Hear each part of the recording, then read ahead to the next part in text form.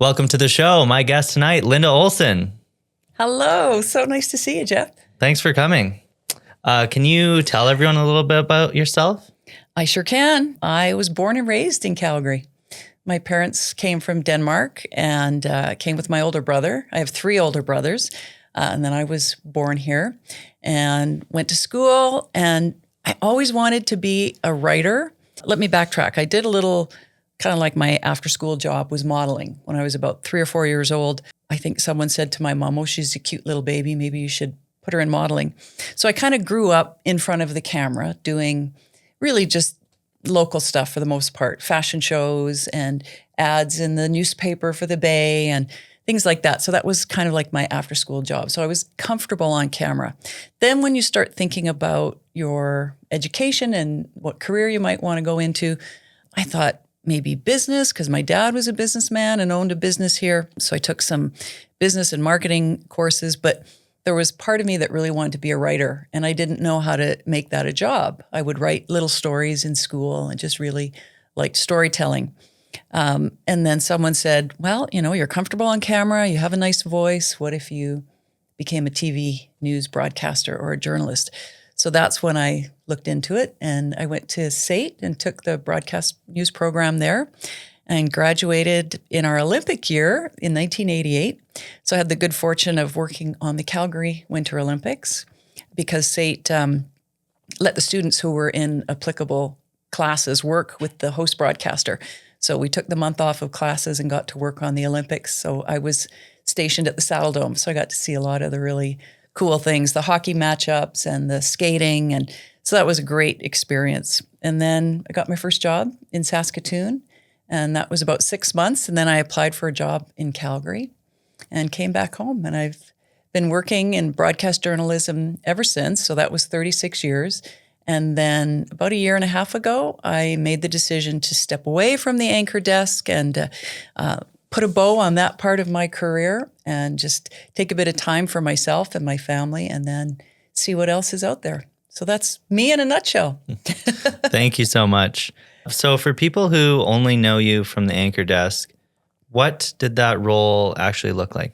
It's really, I felt it was a really exciting, interesting, fascinating career. It comes with a lot of weight, it comes with a lot of pressure because it's live television every night, but also the weight of the storytelling that you do. Sometimes there's stories that are very consequential in our world, in society, in what's happening down your street and in people's lives. So I always had to be very conscious of the way you tell a story, the way you write it, the way you present it, how you approach people. All those things were really important to me. So I carried the weight of the responsibility, but also it's intense because you're governed by the clock. I mean, it's live TV, so the news has to go on at a certain time, whether you're ready or not. So the pressure of trying to get the story together on time and get it to air is a challenge for sure. People would often joke with me about scurrying around the newsroom. I was quite famous or infamous for, you could hear my heels coming down the hallway. And not everybody's like that. That's part of my personality, I suppose, that I'm scurrying and rushing to get things done on time. So it is intense in a lot of ways.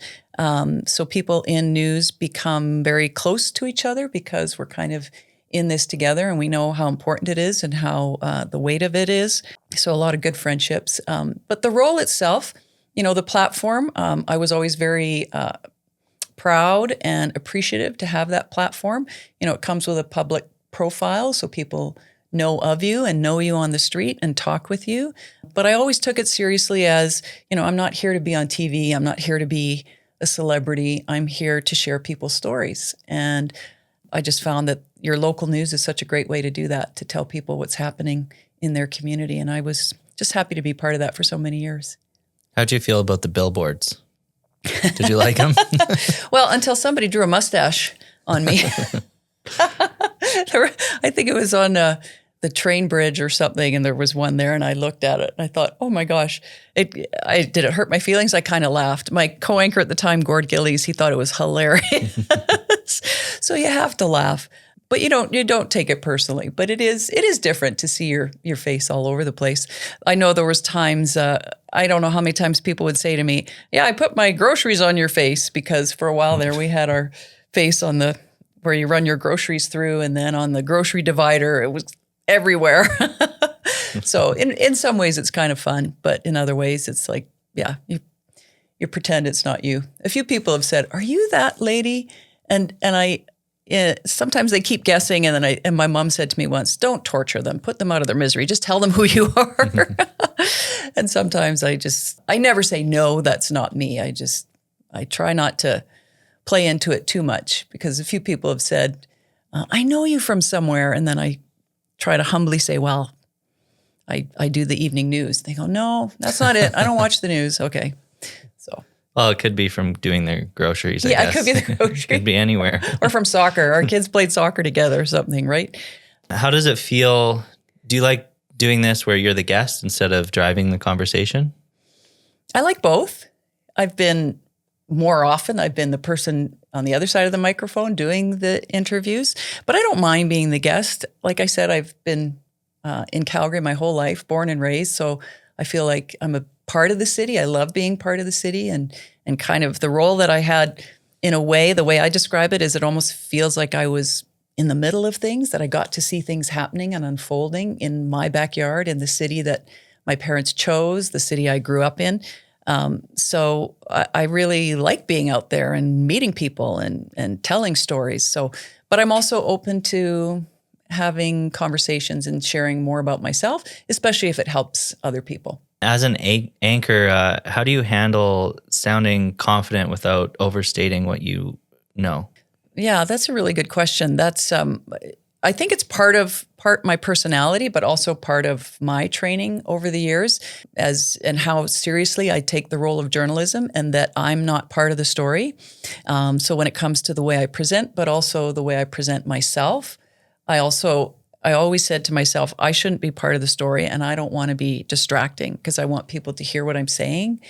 And so that's how I presented myself, and how I did hair and makeup and clothing. I just tried not to be distracting, pleasant enough looking that it's not a distraction, that you're just listening to what I'm saying. So I don't know. Sorry, refresh my memory of the question. How you handled sounding confident without overstating what you actually know. Yeah, so that's how I present myself, but also through the training as a journalist. But also we had, years ago, I had the great opportunity to train with an on-air coach who kind of talked a little bit about, body language and confidence, and that you can have pauses in between phrasing, and there's ways that you can grab people's attention without being aggressive and bombastic, and just sort of deliver a really important message while still remaining confident. So there was a lot of little techniques that we learned. Sometimes he'd say, "Tell me a story without words." So it's through your body language and your facial expressions, and there's lots of ways that you can communicate. And I think all those ways over the years gave me confidence. And then just being in front of the camera for so many years and experiencing just about everything that you can experience, right? When something goes wrong, the story's not there, or we have to cut to a different story, or the alarm goes off. I make a mistake. I've made many, many mistakes. How do you recover from that? So you just learn, you know what, I'm just going to carry on, go on to the next story and carry on. So that, I think, builds confidence too. What did you feel most accountable for each night? Well, at the end of the day, the anchors are the people who deliver the message. So there's a whole team who's working together all day long, from, people coming in with story ideas to the newsroom leaders helping shape some of those ideas. The reporters go out, they gather the information, they come back. We hold several meetings throughout the day to see how the stories are coming together, what parts need extra support or another voice, help with vetting and writing. So there's a whole process that you go through to bring these stories to light. So at the end of the day, I felt my responsibility was to deliver their work, to deliver their hard work with confidence, and to draw the audience in and to make a connection with the audience. But I really felt the weight of my colleagues' efforts all day long. And I wanted to do my best, because there's some days, we're human, and it was live TV, and there were some days where I didn't have a good felt I didn't have a good newscast as a broadcaster. I tripped over a bunch of words or missed something, and I felt bad about it because that's their work, and it should be a clean show. It should be award-worthy show every night. But after so many years, you start to realize we're all human, and there's going to be days where we all make mistakes. And that's why it was important to me too, to feel like everybody was on the same level. Everybody's role was just as important as anybody else's. My face is out there and up on the billboard, but everybody is such an important part of the process. And I really felt that deeply. So what kind of decisions were you making in the kind of moments before going live? We read over everything throughout the course of the day. So we're helping shape the stories I tried not to change a lot because I wanted the reporters who'd put the story together to have their voice and their meaning, and I might see it a different way. If I had questions, I would ask them, or I would ask them if I can reshape it a little bit to the way I speak, or break it into fewer sentences, fewer shorter sentences to help with my delivery, little things like that. So we would actually shape the actual content that's going to go on the air a bit with collaboration of the reporters. But also we're part of the meetings throughout the day to decide which stories are important, maybe what order they're going to go in, what the lead story is. It's very collaborative. So we're part of all of that. And then, talking to your co-host, right? Where are the moments that we can have some fun together? Where are the moments that you're going to throw to that person? I'll do this part. That happens. I mean, a 6 o'clock newscast is more scripted, but let's say election night. Election night, the first 10 minutes are scripted. After that, you're just winging it, depending on what happens, right? It's live TV and as results are coming in. So in live shows like that or breaking news, there's a lot of back and forth between the control room and the directors talking to you and the two hosts deciding how you're going to share this information. So it's you have to be very engaged, and it's the end of your day, right? Just the way our shifts work. You're on the air. It's kind of the most important part of your day that you deliver all this content is at the end of your 8-hour day. So I would often say I just felt exhausted, like I'd been hit by a train sometimes at the end of a newscast because you work all day to build up and then you perform and then you're done. So yeah, it was always interesting and different every day, and that's what I love about it. Were you making a lot of edits in real time in your mind? No, I didn't do a lot. Because I'd read over so much before, so I was comfortable with it. Sometimes there's a story that's that they add in at the last minute that you don't have a chance to read, and I would just ask the control room if there's any big words or big names, right? Because I don't want to trip over it. If it's breaking, they'll just say, just read the prompter. Just tell me what's in it, like basics. It's good to go. Just go. Yeah. And then you just read it, and as you're thinking about it and ingesting it and trying to deliver this message to people. So it's not just reading words. It was always important for me to communicate a message. So even if I tripped over a word, I really wanted to get the audience to hear what the story was about. And an interesting aside, people have often said to me over my career, "Oh, you never messed up." I thought, "Oh my goodness, did you watch?" Like I messed up all the time. But what I hope is that I was so intent on sharing the story and telling what's happening that maybe you missed some of my little mistakes along the way. So that's what I always thought was important, is communicating a story to people that's important and less about the performance, because it's not going to be perfect. Is there something that you understand about the news now that you couldn't have early on? It's changed so much over the years, so I don't know if the basics of news and journalism that I got into it for changed over the years. I always held that true, what was important, that the reporter's not part of the story. We're there to shape it and to be the eyes on the world and to tell people what's happening in the world and in our backyard. So I believe that from start to the finish. How we delivered the shows changed so much over the years, just in terms of what people were interested in. The way we told stories, how short they were, how long they were, long-form journalism, shorter, fast-paced headline news. It went through a lot of different evolutions. And it's also, people's attention span too. So you may, if you look back to the 70s or something, and then a newscast now, the stories are more fast-paced and quicker cuts, and they've changed so much because people's attention we need to try and hold their attention too. So even while it's producing a service and it's news and information, you still want to hold people's attention, and there's an entertainment component to it. You want eyeballs to watch your newscast. So the way we put the stories together changed over the years. I remember watching once we had ratings, and it was real-time monitoring, and people would watch a newscast and they had a little dial, and they would ask this ratings group to turn it up when you found it interesting and engaging, and to turn it down when you tuned out. And it was about 10 seconds. That was years ago. So people, someone has to say something pretty profound. And that's why today maybe some of the clips that you see, the comments from newsmakers are so short, because it's fast paced. So yeah, long story. The way we do it, I think, is different, but the basis of at least when I started is the same. How did your gut instincts change as you gained experience? I always trusted my gut.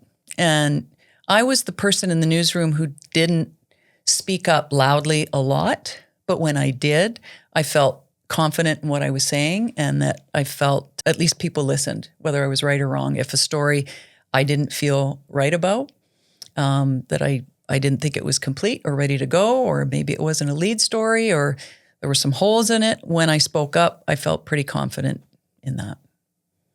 And then I guess if you don't do it much, they really trust your instincts then. Yeah, we better listen now. They may not do it, but they'll listen. What do people outside of the newsroom misunderstand the most about how the news actually works? Yeah, I want to think about that, because it can be a loaded question. What we have often heard over the years is that we have a bias, an inherent bias, and a mandate. And in the newsrooms I've worked in, and in my experience, we do not. That's just not part of our conversations throughout the day. It's there's nobody in management telling us what to do and what to say. The spaces that I've worked in have always been an independent newsroom. Now, having said that, there's a lot of different voices and different opinions and different ways of writing. So like I talked about, it's very collaborative.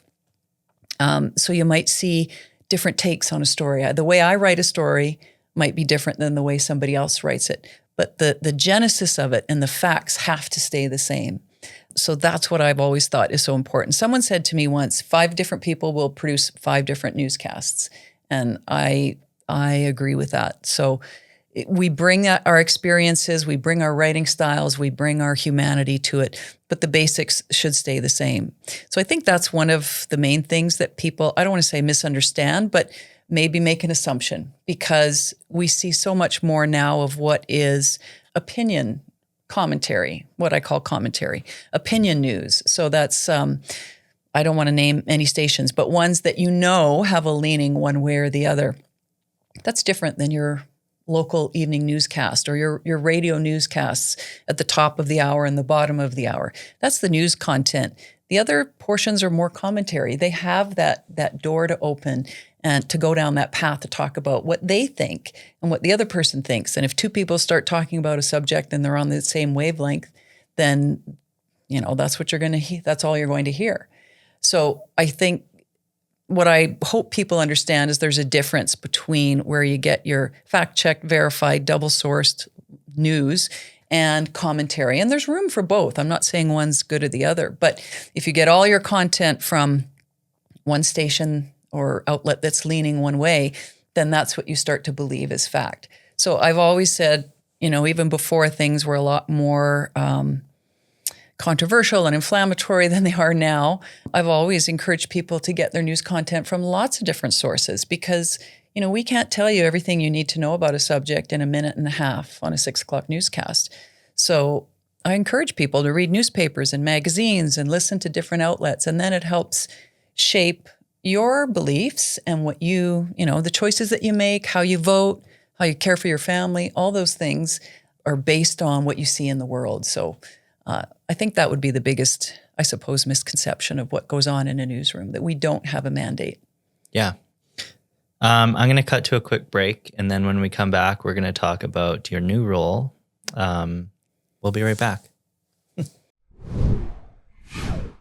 Hey everyone, if you're new to the show, please subscribe on YouTube. Lots of listeners on Spotify, Apple, iHeartRadio. Keep subscribing there. Share it with someone. If you think it's a cool concept, share it with your friends. We want to keep it going. So yeah, thanks so much. Stay tuned for more Deets. And we're back. Can you tell me about the Spotlight Hour? Yes, I would love to. After I stepped back from the anchor chair, and I called it retirement at the time, but it's not really retirement because I want to keep working and doing more of some of the parts of my job that I love so much that I was doing before. And that's hosting events and emceeing events and telling people stories. So I just took a bit of time and traveled a little bit and spent time with my family as I have the opportunity to do more now. And then went to see my friends at Chorus Radio because I've been part of Chorus for many years through Global News. And they asked if I'd be interested in doing a radio show. And so I thought, yeah, I would really like that. And they said, just, you know so many people and you've been great at storytelling in Calgary for so many years. Let's connect and just shine a spotlight on Calgary. So that's what they called it, the Spotlight Hour with Linda Olsen. And it's a radio program on Saturday mornings on QR Calgary, which is 770 AM, which I've been in and out of unofficially over the years, sitting in with some of my friends, talking about stories we might be covering on Global, being part of the Calgary Children's Foundation Pledge Day. So I've been part of the Chorus Radio family for a long time through Global. So this was a new opportunity to step into something like this. And I said, that would be great. I would love to continuing telling Calgary stories. So again, it's on Saturday mornings, and then it's also in podcast. It comes out Saturday at noon with a little more bonus content where I have a little more time to chat with the guests. So it's I have kind of a loose mandate going in, which is, just tell Calgarian stories. So it could be people who are here in Calgary who have a name and are doing something cool, or an issue that I think is important, then I just find the right people to speak to it. Or it could be people from Calgary who are doing great things on the other side of the world. So I just really want to shine a light on what our city's all about, the things that are going on here, and some of the great people that we've sent off into the world to do great things. So it's been a lot of fun. It's been a huge learning curve, but, brain health, you got to keep learning, right? Keep learning something new. So I've really enjoyed that part of it, is learning radio. I didn't do a lot of the technical stuff for over 35 years in my job as a news reporter and anchor. I was familiar with the equipment. I had some editing capability, and I could do a lot of the stuff that they needed us to do. But the actual editing, I hadn't done much of. So to step into radio was a big learning curve, but I had great support. I had great helpers. One young woman in particular at Chorus, Tia Leonard, is fantastic and very patient. And she taught me how to put the show together all on my own. So it's been really fun. I get to book the guests and bring them in, and we have a great conversation. And then I put the show together and feel really, really happy with it and proud. What are the biggest changes going from short form to long form for you? It was easy for me and a natural transition. When I say easy, I mean in terms of the way I conduct interviews, because I'm quite infamous at work when I was at Global for going too long because you have such a short amount of time. So you're trying to tackle important concepts, and our amazing, hardworking, fabulous producers at Global News would say, okay, 3 minutes or 3.5 minutes. And I would be notorious to go over. So I'd either have to edit or I'd go back in and beg and plead. It's 4.5 minutes, but it's really good. You have to keep it. And it seems like such a small amount of time. You think, how can you tackle an important topic in 3 or 4 minutes? But that was the nature of a half hour or an hour long newscast. And we just try to touch on it and get people interested and then curious and want to find out more. So that's the idea behind it. But now I can have those half hour conversations with people, or a good 20-minute conversation with someone. And so I can weave in more about the person themselves too. So I might be talking to them about something interesting that they're doing, or what I think is an important issue, but I also want to find out about them because they are Calgarian or they're Calgary connected. How did you get to this place and what do you love about it? And, what shaped your life? Because I think we learn so much from other people's journeys. So that's why I really appreciate that long form conversation.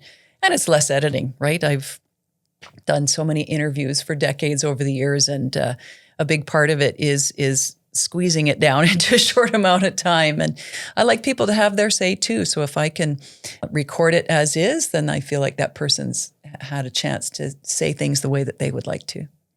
How does your sense of time change then without the hard out? Like, are you more creative with it?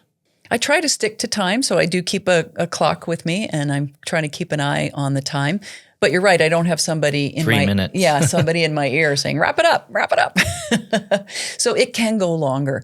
And that's important too. I think you let a moment breathe. If somebody's sharing something that's really important and it's going over time and I'm not live, I don't have to wrap it up. I can edit something else and let what I think is an important part of the conversation stand. Is that what your favorite part is between long form and traditional broadcasting? Is the conversations? Yeah. Yeah, I think so.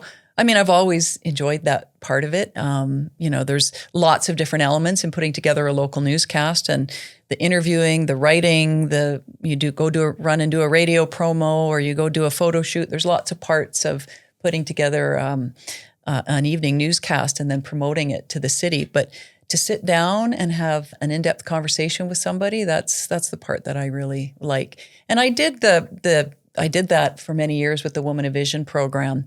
For 15 years, we ran this program where we profiled Calgary area women doing similar interesting things and making a difference in the community. And I would sit and talk to them, and thank goodness we have lots of video. And my very patient camera people would know that it would be a long conversation, because I knew that I would have to edit it down to about 2.5 minutes, but I could have this really long, winding conversation with these women who always inspired me, and then try to pick out the points that spoke to their story. So yeah, that's what I like about these great conversations. How does it feel to not have to fill silence and let the moments breathe a little more? That's true. I think you can do that at any point, but you don't want you don't want what we've called dead air for too long, right? Because it can be uncomfortable, but it can add to the reality of a moment. If someone needs a moment to compose themselves, and they're comfortable letting that stand, then I wouldn't take that out, because that's part of the conversation. And you're right. I think audiences are more informed now, and there's so many different kinds of content, whether it's audio or video or podcasts or your local newscast, that I think audiences know that a moment of silence can be very powerful too. Mm-hmm. What are the main differences for you as a host versus an anchor? The radio host that I'm doing now compared to anchoring. They're very similar, I think. I'm the voice of the guests. I get to share their voice, or I'm the platform to share their story. And I think that was important as the anchor too. I never felt like I was leading the charge. I didn't see myself as a celebrity and part of the story. I just happened to be the person who has the honor and the responsibility of sitting in this chair and delivering the stories that our team has brought together every day. And I feel the same way about hosting radio. The one difference that has been good and interesting and a bit of a growth for me is, as an anchor, especially, there's different shows, right? There's a morning show is a little looser in moments where you can have more fun. And 5 o'clock show sometimes has different content in it. And the 6 o'clock show has always kind of been your traditional newscast. It's more serious, and it's tight, it's compact. There's a lot of stories in it, a lot of content in it. So there's not as much opportunity to let it breathe.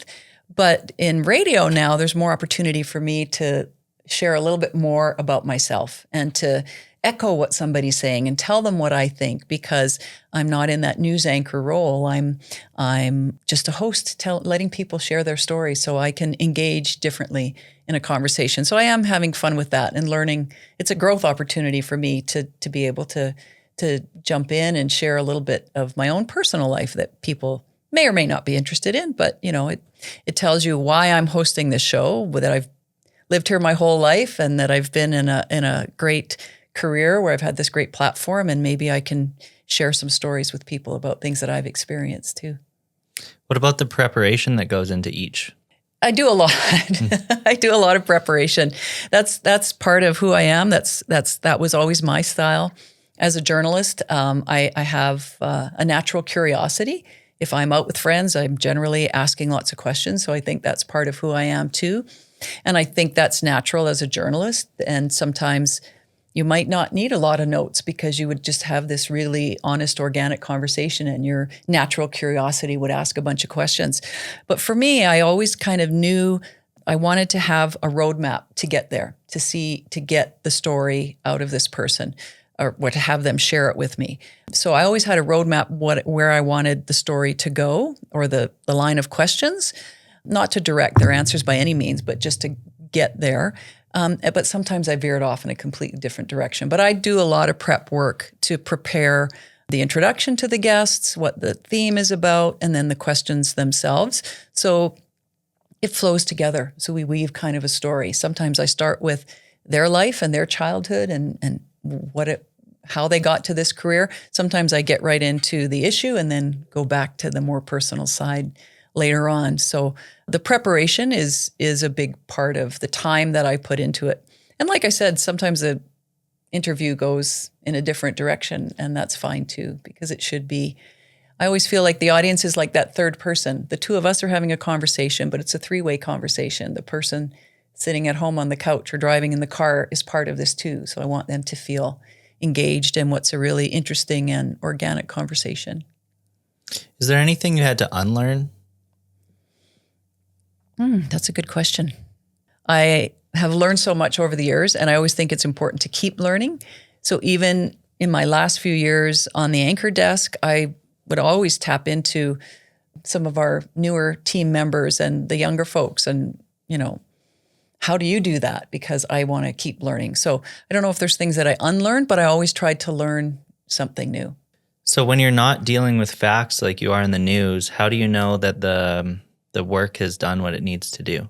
The radio show that I'm doing now? Yeah. I think, it's about what might interest Calgarians. So I feel like when I listen to it, I feel like, yeah, that was interesting to me. Even though I did the story, I would like people to come away with learning something new, whether it's about someone in our city who's doing incredible medical research or trying to help animals in need or starting a new sports team. I've interviewed all kinds of people already so far in just the few months that I've been doing the radio show. But I hope people come away with learning something new about people in our city. And yeah, you're right. I don't know if they're taking anything substantial away when it's not your evening newscast, but it's really just shining the spotlight on what's happening in Calgary. So if people are entertained, then that makes me happy. I love it. That's what I'm trying to do Yeah, too. yeah. Is there something advice you got that you wish you didn't take or you ignored? No, I think I can't think of anything. I'm somebody who will definitely take advice, but I think I take advice from a lot of sources and a lot of people. So I don't feel like I was someone who went down a path and took the wrong advice. I would listen and say, does that apply to my life? How do I take a little bit of that and shape my choices? A funny story is when I was in SAIT, probably the first year, 1986 or something. And the second year broadcasting students, we walked down the hall, the first year students and some of the second year students would yell, go back, take welding.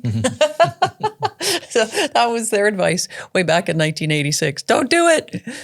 But I kept going, and I don't regret it though. I've been very fortunate. I've often said that I feel grateful because I never hated my job.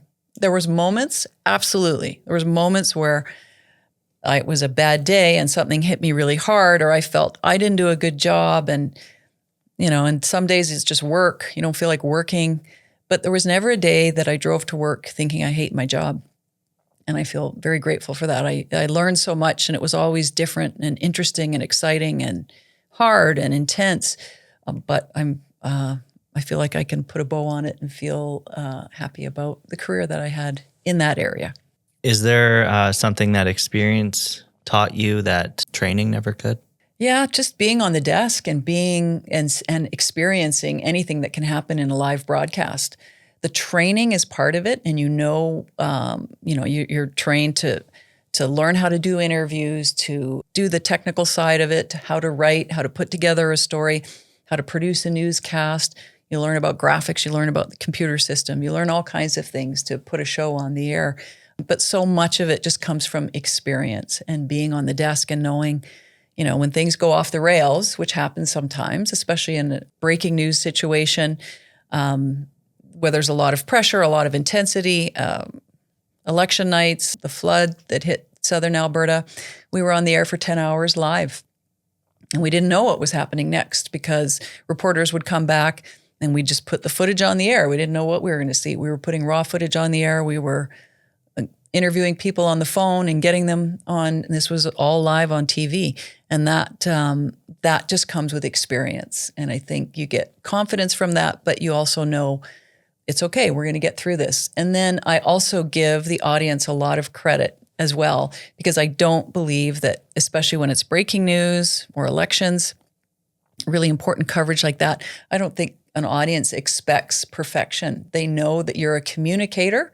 You're doing the best that you can to bring this information to them, and they're part of this. They're walking you through this as well. So that confidence just comes with experience and knowing, yeah, everything technically isn't perfect here, but this is important, and we're going to get through this. And after so many years of doing it, when you step away, you still feel like, yeah, I did my best. This one's kind of for me, but for anyone listening who wants to ask better questions or listen better, what matters more than just technique? I think humanity, for me, that's what I learned. And that's me being myself, because I formulate questions. I take a lot of time, like we talked about, putting my questions together. And then I reshape them. And I might not ask them the same way. I might just ask it out of my own curiosity. So it might not, I know some people are really, really exceptionally good at asking deep, probing questions and even short, succinct questions that just evoke a really powerful answer. I'm more kind of winding all over the place, as you can tell by this conversation. So I just like to talk to people.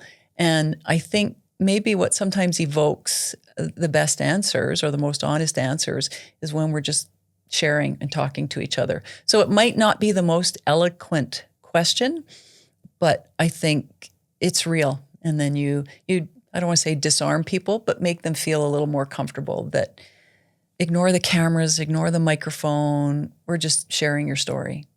That's what's important to me. And I know it's different. I mean, this is long form, so we can have those longer questions that get to a point and make a point. And sometimes on the news magazines, you see that too. They can have pointed questions, but they can take their time in setting it up.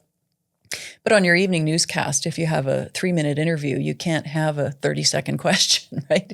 It has to be a lot more succinct. So there definitely is some skill to it and practice to it, but I've just tried to stay true to the way I conduct an interview. That was my last question, but we have too much time left. Should we keep What else talking? would you like to talk about? Sure. I don't know. The business or how you're enjoying it? You wanted to flip it on me? Sure. I start to panic. I panic. I'm not a good guest. Remember earlier when I asked you if you like to be the guest? I don't know if I do. Why is that? What do you think? Whoa, it's already happening. Too vulnerable?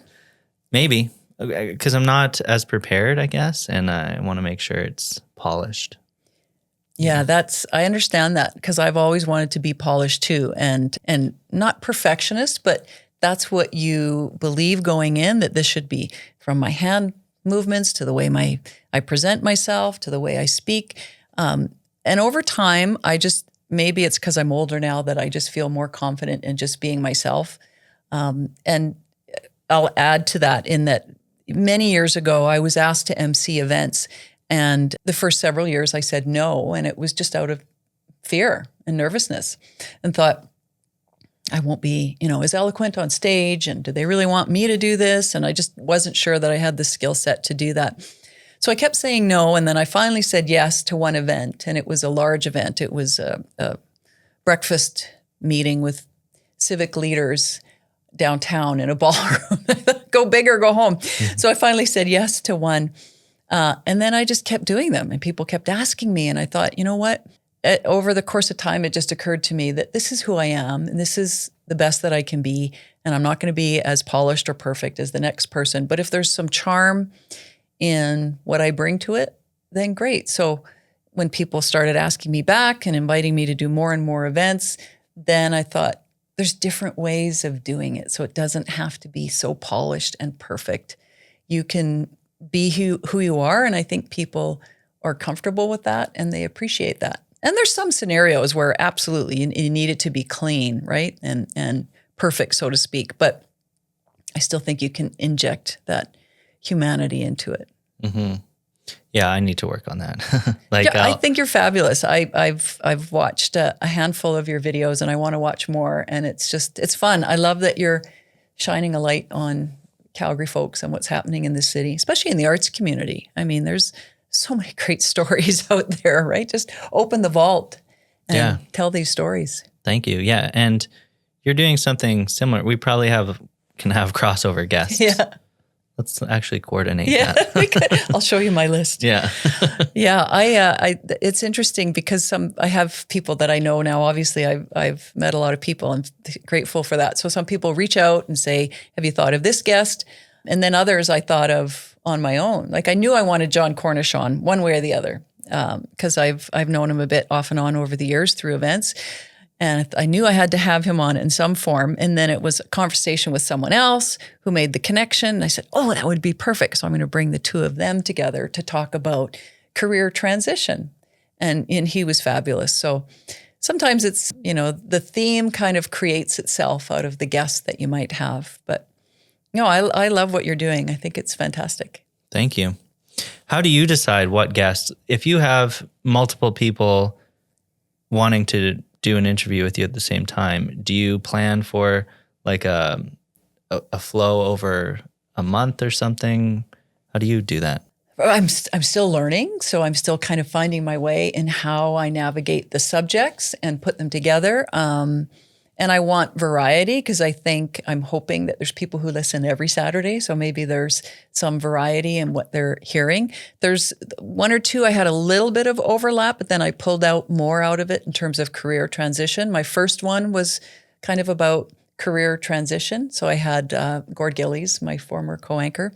And then I had a woman from United Way, Danisha Balu Shivji, talking about what her young life was like and how she transitioned into a leadership role now. And then Ryan Lomberg, who I thought was a great career transition story because he was with Calgary with the Flames, and then he went to Florida and then came back to Calgary, and is just such a huge fan favorite. And then the one that I did with John Cornish and Trish Exton-Parter several months later was also about kind of transition, but more in life. When you've had a career that you've been identified with for so long, which obviously I could speak to, doing the same thing for 36 years, and John Cornish, known as a football player, transitioning into the banking and investment world, and Trish Exton-Parter, Trish from the zoo. She was in communications at the Calgary Zoo for 35 years. So that was a really interesting topic too. So I try to have variety over the course of the weeks of different topics. But you're right, some might flow together. I mean, I did one around Remembrance Day because I knew I wanted to touch on that. So I talked about Field of Crosses, so it's a weekly thing. I decide, if it's a theme or a story that resonates with me, or if there's a certain guest that I really want to have on. So it's pretty organic. I'm going to link everything for the listeners, and I feel like a lot of the listeners of this show will just naturally love your show also. So, oh, thank you. There you go. Yeah. It's been fun, and I'm open to all kinds of ideas of Calgary people, Calgary connected people. Anybody know Owen Hargraves? I'm trying to get Owen Hargraves. Someone might. That's good. I know. That's all I have. That was 1 hour on the dot. Fantastic. Thank you. Thank you so much for coming. Asking me. This is fun. It's a new chapter in my life, and I've just really had a lot of fun talking to you. I love what you're doing, and I hope we can stay connected. I've never been more nervous for an interview for some reason. I don't know why. Because you grew up with me on the TV. Yeah, I guess. That's what people say, and I love it. Okay, thank you. Thank you so much, Jeff. What a pleasure.